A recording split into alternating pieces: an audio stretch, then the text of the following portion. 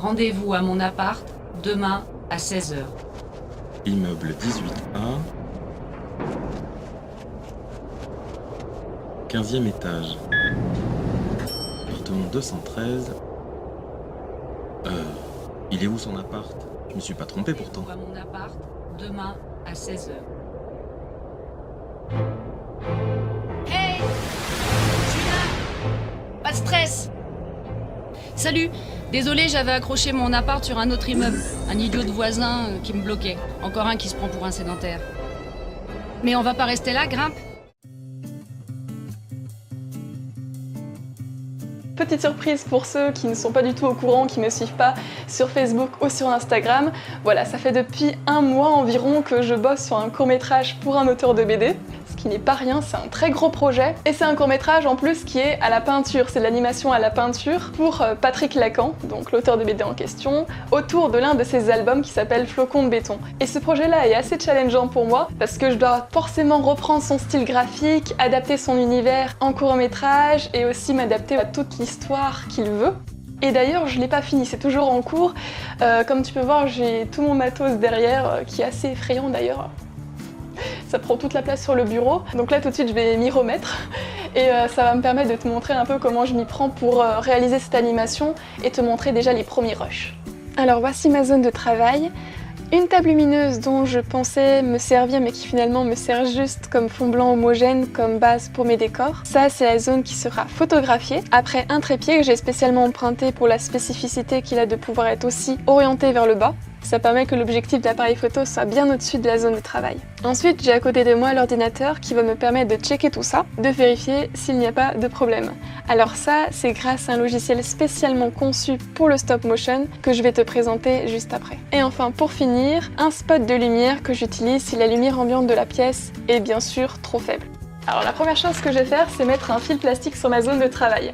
Alors si tu veux, ça s'appelle du celluloïd d'habitude, c'est vraiment le terme. Et moi personnellement, j'ai pris du plastique qu'utilisent les fleuristes. Comme ça, tu en as tout un rouleau, tu peux vraiment varier les dimensions. Et surtout, c'est plus économique pour le type d'animation que je veux faire. J'ai pas besoin d'avoir de celluloïd parfaitement découpé pour faire mon animation. Comme tu peux le voir, c'est du papier transparent et ce n'est pas pour rien. Ça, c'est vraiment pour pouvoir faire le décor, certes, mais ensuite pouvoir faire le personnage par-dessus en rajoutant un deuxième celluloïd par-dessus.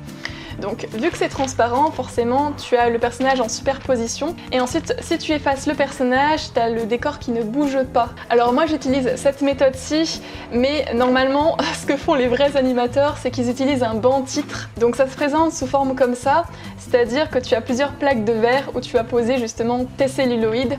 L'avantage avec ce système-là, c'est que tu peux bien séparer tes éléments pour les déplacer individuellement par la suite. C'est très utile notamment pour les mouvements caméra comme les panoramiques.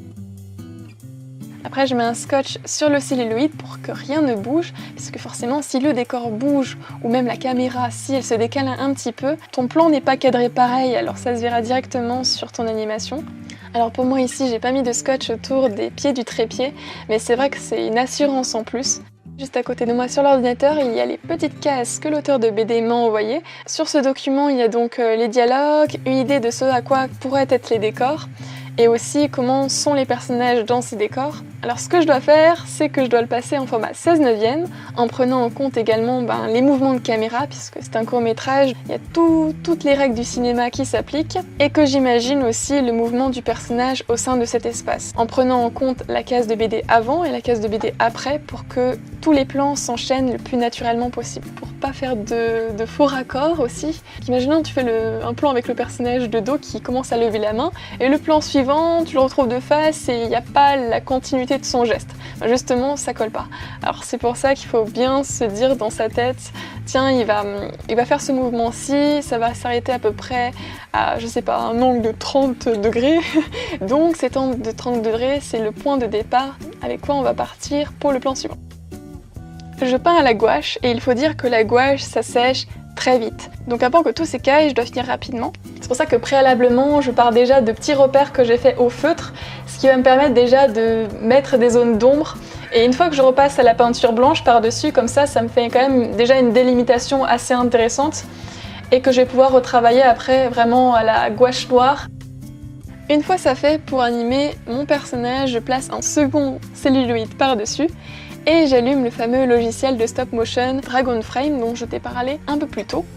C'est un logiciel qui va permettre de voir en live view, c'est-à-dire en temps réel, l'écran de l'appareil photo. Il y a aussi une fonction qui s'appelle pelure d'oignon. Alors non, je te rassure, ce n'est pas pour faire pleurer, hein, mais voilà, ça permet de voir en transparence l'image précédente. Ça permet de cadrer ensuite la suivante et on peut voir aussi grâce à ce logiciel comment on rendra notre animation à la fin. Et puis autre point important, on peut prendre les photos à partir du logiciel, comme ça la caméra ne bouge pas.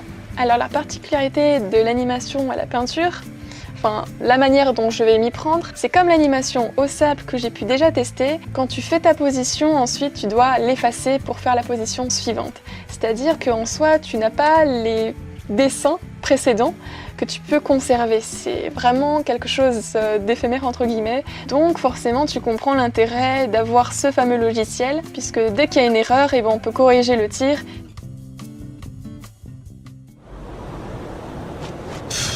Galère. Rentrer à pied avec la tempête qui s'annonce. Tu es malade, sortir par ce temps. Donc là, je t'ai montré ce type de plan en image par image, mais pour certains plans, j'utilise le logiciel After Effects. Donc tout se passe sur ordinateur du moment que j'ai déjà mon background et le sujet. Alors ça serait possible de peindre ça à la main, mais en tout cas pour moi ce n'était pas faisable pour les délais que j'avais. Donc il y a plein de petits plans ou de petites parties où c'est vraiment optimisé au maximum en termes d'animation pour que ça passe et qu'on comprenne la trame narrative sans non plus y passer des mois et des mois et des mois. À peu près au niveau terme de temps, je fais 1 à 2 plans par jour, en y passant vraiment toute la journée, en commençant à 8h et en finissant des fois à minuit, voilà.